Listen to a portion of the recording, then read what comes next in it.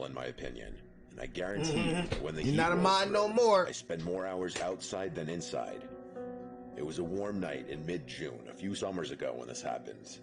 I was 17 or 18 at the time. For context, there's a massive nature preserve near my house. When I say massive, I mean it. It's close to 1,000 acres in size. To this day, there are still parts of it that I'm positive I haven't explored. Summertime. 2 of my friends and I agreed to spend a night camping in those woods. Technically, camping there was strictly forbidden and borderline illegal, but we figured that there was no chance someone would catch us in this dense forest. Got some more campings. Got some more campers. You know what I mean? Here we go, bro. Niggas love camping in the middle of the woods, man. Here we go. Heard so many stories, man. Chuck was the camping fanatic of the group. I'm telling you, this kid loved cosplaying as a Boy Scout and probably knew close to 100 different knots. Our other friend Jackson always supplied the drinks. If we were sober, he was unhappy. That's just how things went when Jackson was involved. I remember the feeling of the gentle summer breeze blowing through my hair as the 3 of us packed up Jackson's car. Hey, baby, I'm Moretta. You know I'm not finna control my mods if you start acting crazy, right? They do they shit on you. That's you, man. You know what I mean? Like I said, you're not even supposed to be here, but you know what I mean? It's your own risk, man. Your own risk. The weather was ideal. Not too cold, not too hot. A few beers later, the 3 of us found ourselves lugging camping. Take it easy, baby. I'm Moretta. Like 11:30. I can't lie, I was feeling the alcohol start to hit me as we marched along. Chuck always carried this industrial-grade flashlight with him, so the darkness of the forest wasn't much of an issue. As much as I enjoyed the outdoors, though, traversing through thick woods at this hour was a bit creepy, even with Chuck's flashlight on hand. After close to half an hour of straight walking, the 3 of us found ourselves in a small, flat clearing that was an ideal spot to set up camp. We pitched our tent as per Chuck's instruction and set our chairs up. The fire was the next step. Chuck once again took the lead on this, and after a few more minutes, we had a pretty decent fire going. Jackson reached into his bag and tossed me another drink. He then grabbed his JBL speaker and started playing some music. JBL. What's I know about JBL? And we must have been talking and drinking for a good 2 hours. We were all pretty drunk at that point, and I could tell the other guys were just about ready to pack it up for the night. Jackson turned the music down and started collecting discarded beer cans. Just then, a deafening whistle pierced the silence. Oh, hell nah. That seemed like some fucking, like, what the fuck, boy? Nigga whistling like that, I ain't gonna lie, they would've got my ass too. I ain't gonna lie to you, it seemed like some calling or something. The silence. I nearly jumped out of my seat, going from drunken haze to high alert in a matter of seconds. I don't know how to describe it. The whistle was abnormally loud, but still sounded distant. Jackson quickly shut the speaker off, and the 3 of us sat in silence as we exchanged concerned It's not a skinwalker, hell no. I feel my heartbeat pounding through my chest. We sat there, frozen in place for what seemed like forever, listening intently to our surroundings. Niggas drunk there too? was nothing. It almost seemed quieter now than it had when we first got there. Like eerily quiet. Not even the normal wood sounds you come to anticipate. I used that time to play my memory of the whistle back in my head. It definitely wasn't an animal's noise. That's a human, The best nigga. way I can describe it is a standard whistle you'd hear at a ballpark. Real shit. Chuck finally broke the silence, quietly urging us to pack up and leave. Jackson and I disagreed with that plan, though. We might risk encountering whoever made the noise, which I was beyond terrified of. It was past 3 a.m. at this point. I don't give a damn who we run into. I don't care who we run into, nigga. Oh, God, I don't care. You know what I mean? We finna get our ass up and, nigga, it's better than be right here sitting ducks, nigga. You feel me? Because obviously them niggas see us, bro. You feel me? So it's better to be sitting ducks, nigga. What the hell wrong with you, nigga? Trouble. Chuck hypothesized that whoever made that noise was probably aware of our presence, which was a chilling thought. Exactly. I didn't know what to do. Fuck, you sit down, wait for shit to happen to you? Every survival instinct I had. Packing up and leaving at this hour didn't seem like a much better option either. Hey, that's better option for sure. That's definitely a better option, man. You know what I mean? I'm gonna keep it real with you. That's definitely a fucking better option, bro. You know what I mean? Nigga say he's staring at you. You feel me? Bro, who you talking about? He's staring at me or staring at them? You know what I mean? Like, I've been seeing a whole lot of y'all be trying to scare me, bro. Like, gang, I'm gonna keep it real. I'm very, very hard. I'm a hard person to get scared, bro. I told you, when I was little, gang, Like, I grew up watching, like, scary-ass movies, bro. I used to go to sleep watching scary movies, bro. So it's like, shit don't be scaring me, bro. I'm more intrigued in scary shit than scared of it. You feel me? That's why I react to them so much. You feel me? React the hell of this shit, man. Like, shit, you know, I would do it with the lights off until y'all can't see me. You feel me? I would, but look. You see how that shit just went dark? You feel me? If I turn off these lights, you ain't gonna be able to see me. Oh, yeah, this shit dark. It's just nothing. We finally agreed to wait it out. Nigga ain't scared of this shit. I went to put the fire out, but Chuck cautioned me against it, saying that a fire would repel any dangerous animals. Only then did the true gravity of the situation smack me in the face. We were literally miles away from any civilization. It was 3 a.m., and there was an unknown entity somewhere in the darkness. Another 10 minutes or so passed, and we had resumed talking, but at a much lower volume with no music. I don't think any of us felt safe going to sleep just yet, though. And then, out of the corner of my eye, I saw it.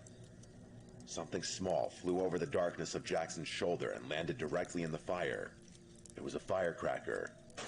I screamed bloody murder as it started sparkling in the fire, and Chuck cursed as he sprung up out of his chair and bolted into the darkness. Jackson and I scrambled to follow. Niggas threw a firecracker in this shit.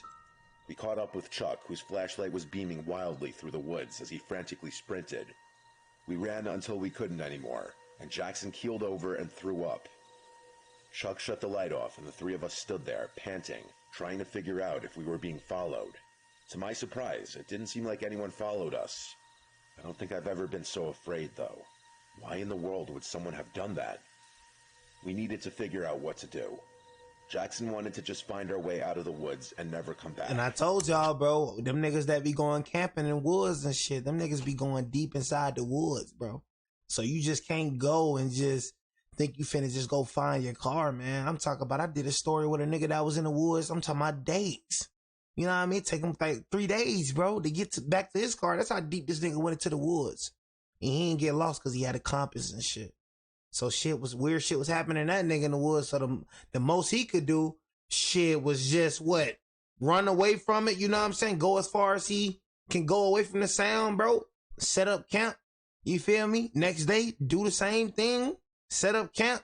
You feel me? It's gonna take the nigga 3 days to go back to his car, man. Chuck was reluctant to leave all of his camping gear behind. Plus, he reminded us the fire was still active. I was dumbfounded. How could he be concerned with forest fires after what had just happened? This nigga said this shit don't happen in Philly. Bro, you got woods in Philly, bro. You know what I mean? Niggas went to the woods. You think shit don't happen in Philly, nigga. Shit ain't happen to your ass. Bro, these niggas went in the middle of the woods camping. They're woods, bro. Camping anywhere. Eventually, I agreed with Chuck that we should at least check on the site. After all, no one had actually chased us. So there was a slight possibility that whoever threw that firecracker was just playing a cruel prank. Chuck was a navigational expert and was actually able to retrace our footsteps. I could make out the glow of the fire as we quietly approached. Before I could get any closer, though, Jackson put a hand in front of me and pointed with a horrified look on his face. I strained my eyes to make out the site in the distance. What I saw is probably the most terrifying thing I'd ever laid eyes on. Huh? There were 3 people sitting motionlessly in our chairs like statues. The one whose face I could see looked lifeless and his mouth was hung open. I was afraid to move. What were they even doing? I thought, realizing that they weren't even talking. This was not normal. The 3 of us watched for a little while longer before deciding to back off. We turned to leave, but Jackson's foot clipped a rock, causing him to curse in frustration. Within seconds, the glow from the fire abruptly went dark, as if it had been covered with a cloak. It was freakishly fast. We didn't stick around another second. We again sprinted away from the site, but this time we could hear footsteps crashing behind us. What? We didn't stop this time. We bolted out of the woods and ran all the way to Jackson's car. By some miracle, we weren't followed out of the woods. None of us spoke on the drive back, each of us lost in our thoughts. The next day, Chuck insisted we return to the site in the daylight to collect his belongings. Man, fuck them belongings, bro. I ain't gonna even cap to you, but I ain't gonna lie, bro. You know, that camping shit, that shit do be expensive, though. But damn, boy. Nigga see something like that, nigga, I ain't stepping foot in them woods again. Yo, ass crazy. They can have that shit. That shit my life more important than that. I ain't gonna lie to you, bro. Like, Jackson wanted nothing to do with that, but I agreed to accompany Chuck. After some searching, you go out there by yourself, boy, which looked mostly untouched. That is, until we got a little closer and noticed the putrid smell coming from Chuck's tent. Nigga died. We unzipped it, and we found a dead, rotting rat. It was sickening. I took the hint and haven't been back to that preserve since. It's a crazy story right there. It's a crazy story. This ongoing issue started about a month ago, but let me provide some context first. I'm 24 years old and I live with my parents. My family is not well off and never has been, and pretty much all the money I make goes into supporting the household. My relationship with my parents is not the best. We bicker quite often, and whenever I'm not working or hanging with friends, I tend to stick to myself. I don't want to write a hard luck story or anything like that, but I've had it tough growing up. Fitness has always been my go-to escape. I see it as a healthy way to get my mind off personal burdens, while also providing a good excuse to leave the house. There's a park about a 10-minute drive from my house. Can't get mad at that man for that. Can't get mad at that brother for that. You know what I mean? Like, you know, good thing, bro. You know, I grew up, you feel me? My mom and my dad was, you know what I'm saying, was good parents, bro. You know what I mean? Honestly, bro. You feel me? Ain't on all that bickering and all that. Of course, they got on my ass when I was growing up, bro. But they just was good parents, bro. You know what I mean? I had chill parents, bro. You know what I mean? Like, oh God, I'm grateful. And the thing is, I'm gonna be just like my parents. I'm gonna be just like how my dad and, you know, how my parents was. I'm gonna be a cool ass, you feel me? Like, I used to enjoy coming home, bro. You know what I mean? Even though I used to enjoy coming home after getting my ass kicked. You know what I'm saying? Knowing I was finna get my ass kicked, but you feel me? Hey, my parents, you feel me? Parents is cool, bro, you know? Workout facility. They just ain't play. Like, my pops ain't play. Like, my pops was one of them, you know, shit. I mean, you know, I used to get whoopers like a motherfucker, but, you know, my pops didn't used to be tripping, like overly tripping type shit. Maybe just hate coming home. Nah, he wasn't like with that. bars for pull-ups, dips, he used to whoop my ass, though. Exercises. Shit. Used to whoop my ass. During the summer months, I like to go there to work out, as nature helps calm my mind. I like to go at nighttime, because since it's a public park, it tends to get busy during the day. So one night, while my parents were arguing, I decided to slip out of the house to go work out. It was an extremely hot summer night, probably 85 degrees. I remember breathing in the humid air as I walked from my doorstep to the beat-up white Corolla sitting in our driveway. I started the rickety engine and rolled down the windows as the warm summer breeze flowed through my hair. I arrived at the park and exited my car. You know this is why, niggas, as the summer breeze just floats through my hair. You know what I mean? It floats through it. It just floats. I was the only car in the lot. It was probably 10 or 11 p.m. The park was completely empty at this time. The beautiful scenery mixed with the steamy air to create a soothing atmosphere, which is another reason why I like this park so much. It sits on top of a hill that overlooks the downtown area of my city, which always adds pleasant and sentimental emotions to my evenings. Anyway, I started a set on the pull-up bar. I wasn't really counting the repetitions. When I work out, I just do it till failure, then take a break and do it a couple more times. It was somewhere between my sets when I took a break to loosen up my arms. Before I got back on the bar, though, an indescribable feeling came over me, and a subconscious urge forced me to turn my head around. It's always some, bro. Away from my face was a tall, beaten-looking man. I actually screamed and jumped like 5 feet back. He let out a raunchy, boisterous laugh and apologized, saying he didn't mean to scare me. His appearance and mannerisms were extremely eccentric right off the bat, like he was damn near face-to-face with me. He clearly had something wrong with him. I asked him why he was so close to me, and he said he lives here. He explained that he sees me working out here all the time, and asked me if I could teach him. Bro, ain't nobody finna teach no grown man a freaking workout. Like, you know what I'm saying? Like, nigga, I ain't no freaking trainer, nigga. You better go get a trainer for that, nigga. You know what I'm saying? I do my own personal workouts, nigga. Fuck is wrong with you, kid? You tripping. You know what I'm saying? Would've pulled that 9 out right on my goddamn waist. I would've been like this, man. Just move along, man. I would've had that gun right there. Just move along, all right? Let me just go and do my, move along before I shoot your ass. You know what I mean? I would've told his ass straight up like that, gang. Would've pulled that 9 right at that motherfucker. Look, I ain't no trainer. You know what I mean? I just come here just to work out because I got shit going on at home. You know what I mean? So get your little weird ass on, all right? Move along. Move along. Would've flashed that gun just like that. Let that nigga know I ain't playing. Nigga, I'm telling you, you got foul, you, boy. I'm telling you, motherfuckers scared of that fire. That fire that's just power. You know what I'm saying? Nigga see you got fire, he ain't finna fuck with you, bud. You know what I'm saying? You gotta show his ass one time. That nigga gonna bust my ass. He ain't, bro, humans not crazy like you think they is. You know what I mean? They just go after people that think, you know what I'm saying? Oh, he ain't got nothing on him. You know what I'm saying? Humans, bro, them niggas, they observe people before they do something to people. You know what I mean? I ain't finna run up on a motherfucker that got fire. You know what I mean? So shit, run up on my ass. Cause like I said, for me, bro, I try to tell y'all all the time, bro. And it's no cap shit. I will shoot you, bro. I will kill you. You know what I'm saying? Like, it's either me or you, bro. If I feel like my life is, I will shoot you, bro. You know what I mean? I told him not one of them little cats, man, that's just gonna be sliding on niggas just shooting. I ain't one of them little cats, bro. But, bro, best believe either me or you gonna go. You feel me? And I shoot first, ask questions later, bro. Straight up.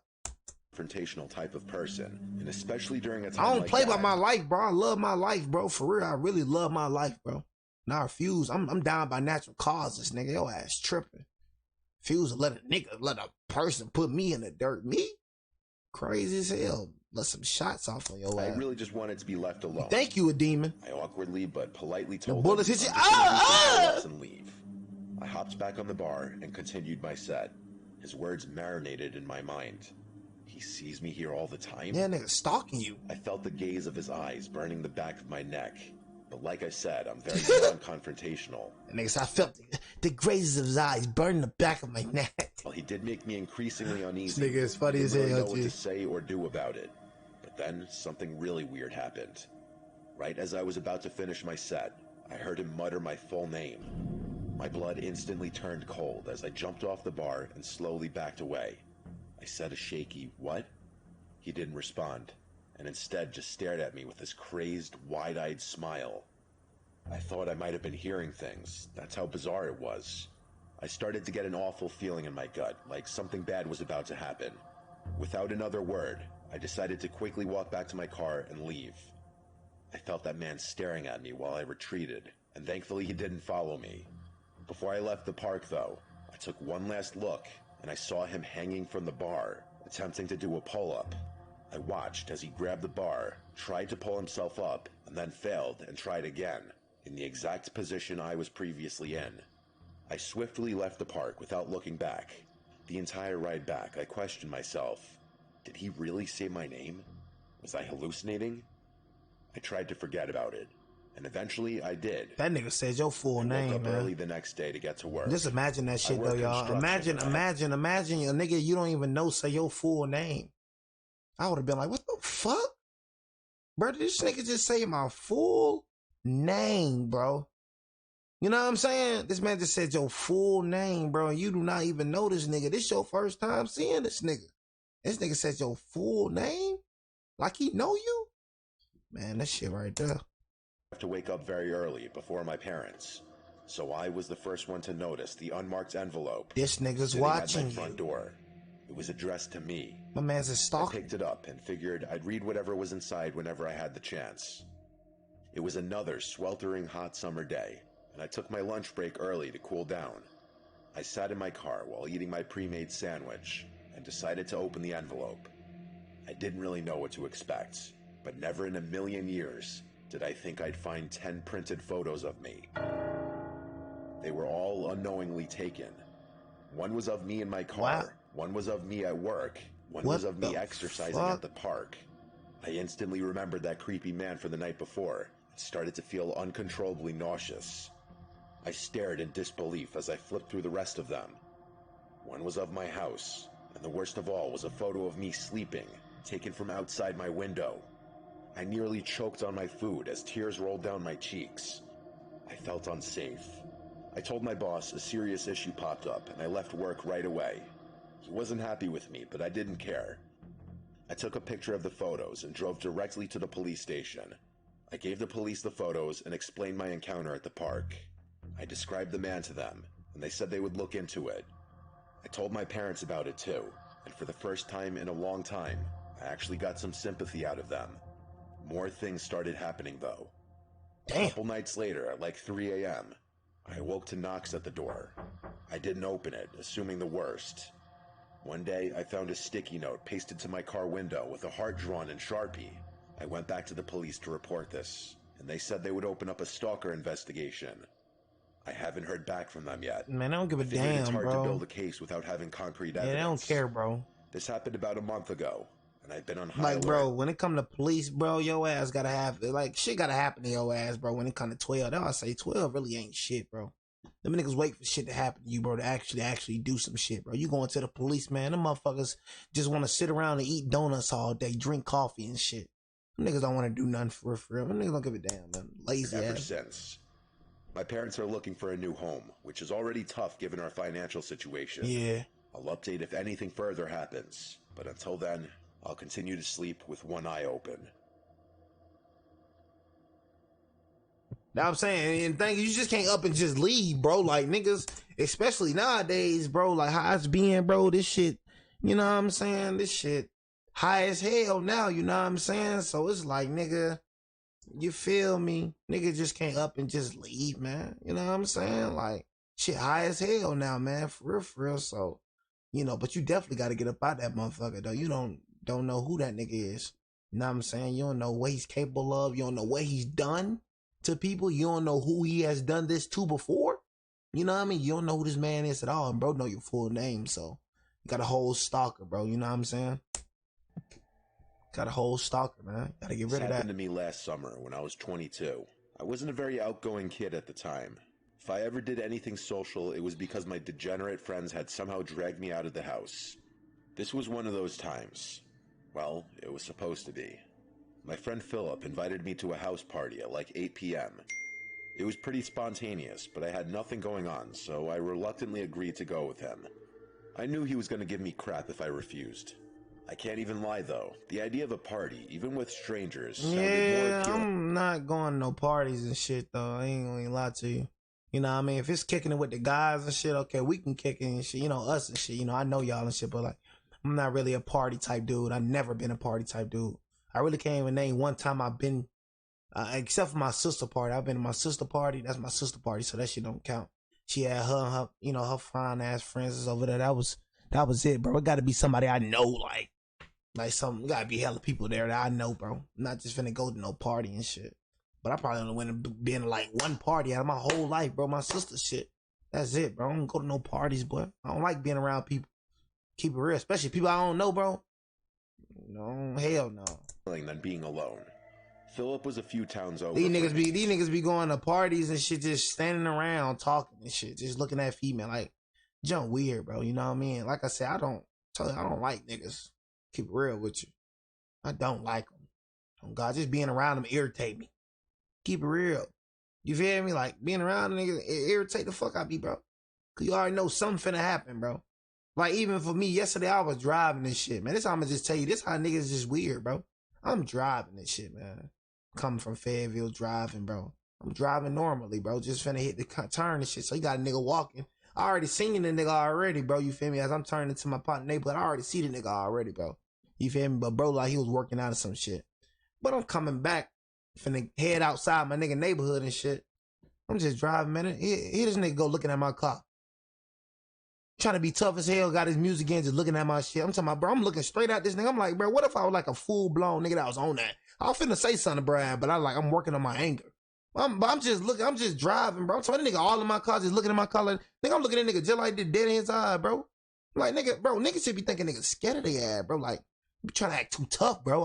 I can't be around niggas that try to act too tough. You feel me? I'm gonna hurt you, bro. On God, bro, cause for me, I be chilling, bro. You feel me? I be chilling. I don't be on all that, bro. So you trying to act too tough, bro. It's like you can't act too tough around me, bro. I'm gonna hurt you, bro.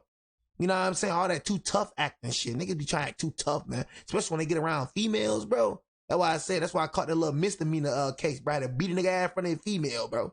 That nigga girl didn't know what to do. Oh my God, call the police.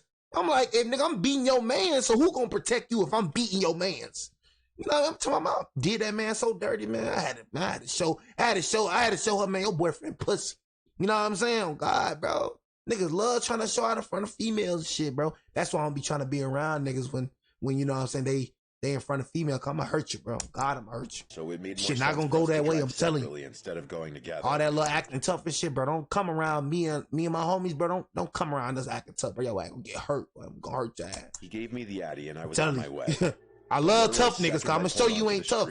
Philip bailed at the last minute. Rightfully so, I was super frustrated. Just come around, just chill, bro. Just be cool with me, bro. There I was, he ain't scaring like nobody. A complete idiot outside a stranger's house. I don't know what she did. All I know, I went to jail though, cause Shorty snitched on me. I went to jail and shit. You feel me? Shorty snitched on me, bro. I ran down on bro. So I got charged with a misdemeanor battery.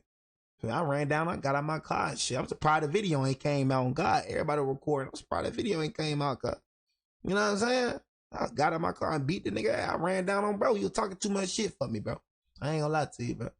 You know, and how it all started, cause you know what I'm saying? I'm on, like, this when I was working, I'm on break, bro. This shit happened when I was on break. Bro just staring me down in the car, man. You know what I mean? So I rolled over. I'm like, nigga, what the fuck you looking at, nigga? You know what I mean? His girl was driving this shit. I almost hit his girl. That's why I put my hands on. I was like, damn, it was my fault. I almost hit. I ain't really see her. You feel me? Bro staring me down and shit. So I turn up, go over there. I'm like, nigga, what the fuck you looking at, nigga? So bro started, bro, you bitch ass nigga. You know how niggas get in front of you, bitch ass nigga. I let that shit slide. Like, you look. I was finna let it slide cause I was at work, bro. You know what I'm saying? I was on break and shit. So I was finna drive off and then bro kept talking. Man, I got out of that car, man. I ran that nigga ass down, man. Beat the shit out of that nigga. I ain't say shit to him. I just got out of the car, started beating the fuck out of him. You know what I'm saying? He was silent at the end. Don't tell him, bro, scratches, all type of shit. Fuck that nigga up. Annoyed, but I ain't gonna talk with you, bro. I hit first. That's what I be trying to tell niggas. I hit first. I ain't one of them niggas that be on some, oh, bro, I gotta wait for you to hit me. No, nigga, you say one thing to me, I'm hitting your ass. I'm sticking your ass. Go God, I don't wait for niggas. I hit first. Not to waste the night. Words hurt me like a motherfucker. That shit hurt. Drove all the way here. I thought, might as well go inside. I walked up the front steps and knocked on the door. That shit hurt. The host, Randy, greeted me warmly. He was instantly likable, charismatic, and friendly without being a douchebag. He introduced me around, and things were actually less awkward than I had anticipated. People were really friendly to me despite not knowing who I was. There were even a few girls I had my eyes on. Hey, tell me, enjoy the party. Tell a little few girls I had my eyes on. What the hell say? Go out there. Late, but the party was still raging.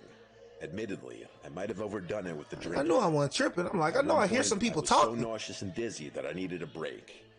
It must have been close to 2 a.m. I was tripping. I had to. I went upstairs to look for a bathroom, but they were all occupied. The house was deceptively big. Granted, it was probably the alcohol, but I was literally getting lost, stumbling through the maze of hallways up there. After making it to the top floor, I found a door leading to what seemed like an attic or storage room. Desperate for privacy, I figured it was as good a place as any to pull myself together. I groped around blindly for the light switch, but there was none. This was definitely an attic or something, as there was also dust everywhere. There was a window in the far corner which I opened, allowing the cool night breeze to wash over me. There was a solid minute there where I was seriously considering throwing up onto the roof. The breeze somewhat cured my nausea though, so I just kept my head hung out of the window. It was dark outside, and the quiet was a refreshing contrast to the boisterous chaos downstairs. Sometimes all you need to restore your state of mind is a gentle breeze and some peace and quiet. Hell yeah. Just as I was about to close the window, you say you in the attic? I heard a faint noise. Footsteps on the roof shingles. Shit. That didn't make any sense though. Was I going crazy? Curious, I climbed out onto the roof. In all honesty, there was see, this nigga drunk and shit, so his ass probably just don't tell her how much this nigga drinking shit. You know what I'm saying? Bro probably drunk as hell here and shit, cause you know, I know some niggas, man. Niggas ass smoke that weed, man. These niggas start tripping. You know what I mean? Start talking about they seeing shit here and shit. So, you know, bro probably one of those. You know what I mean? But if he drink on the regular, then you know, bro ain't tripping. But if it's your first time drinking, I told you, bro. Man, I was smoking, man, and I was smoking my gas, man, and I drunk a little drink. I was cross-faded, man. I ain't like that shit. I ain't gonna lie, gang. You feel me? I don't like getting drunk. I don't like that shit, gang. I ain't gonna lie. I stick to getting high, bro. Like, you know what I mean? Probably. Nigga say you ain't no real stoner if you been paranoid before. Nah, that's just your ass. I promise you, bro, I've been smoking longer than you. I promise you, bro. I've been smoking longer than your ass. Your ass just a paranoid ass smoker. You a weird ass nigga. You need to get off that gas. That's what your ass need to do. You need to get your ass off that gas. I don't be paranoid at all until I told you, until I ate them edibles and shit, 5 edibles. That's when I was paranoid and shit. But just smoking gas and shit, bro. Who the fuck paranoid? Nigga, I be chilling. I be chilling when I'm like, bro. Can't name one time I was paranoid, bro. A 0% chance I would have done Space that in if the I had been woods, bro. sober. I slowly stood up and looked around. In the moonlight, I saw something terrifying.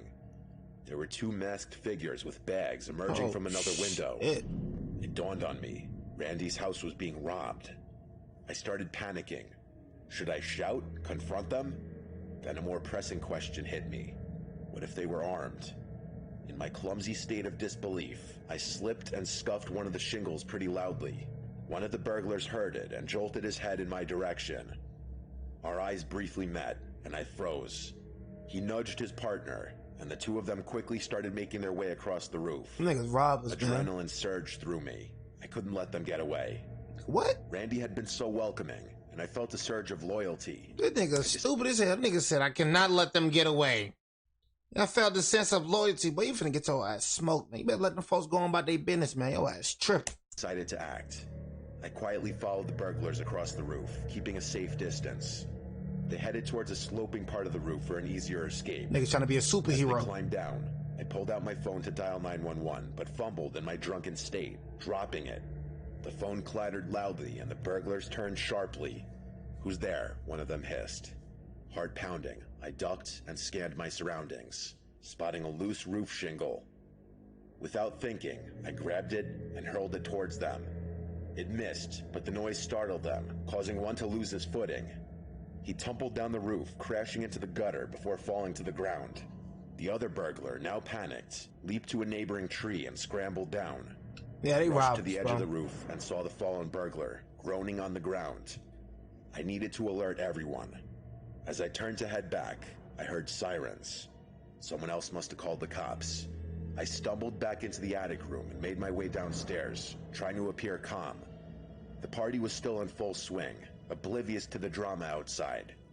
I found Randy laughing and chatting with guests. Look at them niggas. Them niggas don't even know what the fuck going on. Them niggas don't even know they finna be robbed. You know what I'm saying?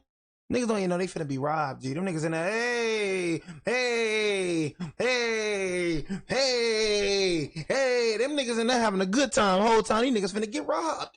You know what I'm saying? Niggas finna get jacked. Randy, you need to call the police. There's been a robbery. I saw the burglars on the roof, I said. Randy's face turned from amusement to shock. Are you serious? He said. As he hurried to make the call, I explained what happened. The party mood shifted from celebration to concern. Apparently, one of Randy's neighbors had coincidentally already called the police to file a noise complaint, which was an incredibly ironic turn of good fortune. God. When they arrived, I recounted my story, leading them to the injured burglar. The man was arrested, but his partner had fled. The party ended abruptly. People started scattering, and the lights got flipped on. I tried my best to act sober, but even after all that happened, I was still stumbling a bit. Randy thanked me profusely, still in disbelief. As for me, I was just glad I could help, despite the bizarre and terrifying circumstances.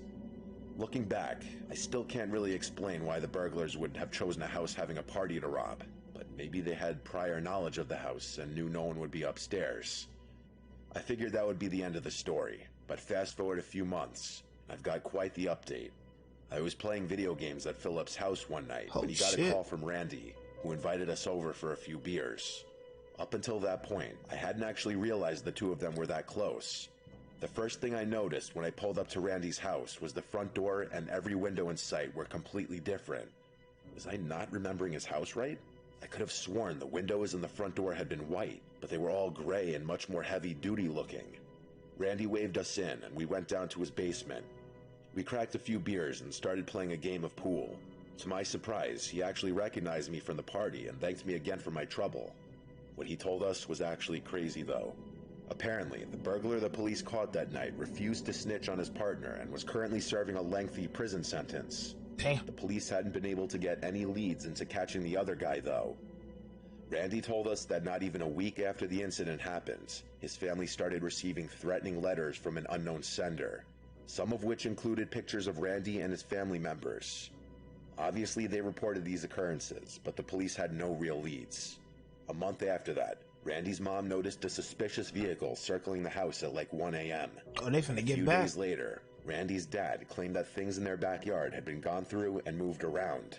In response, Randy's dad upped their home security a degree, and even went as far as to replace and reinforce all their doors and windows. I was shocked.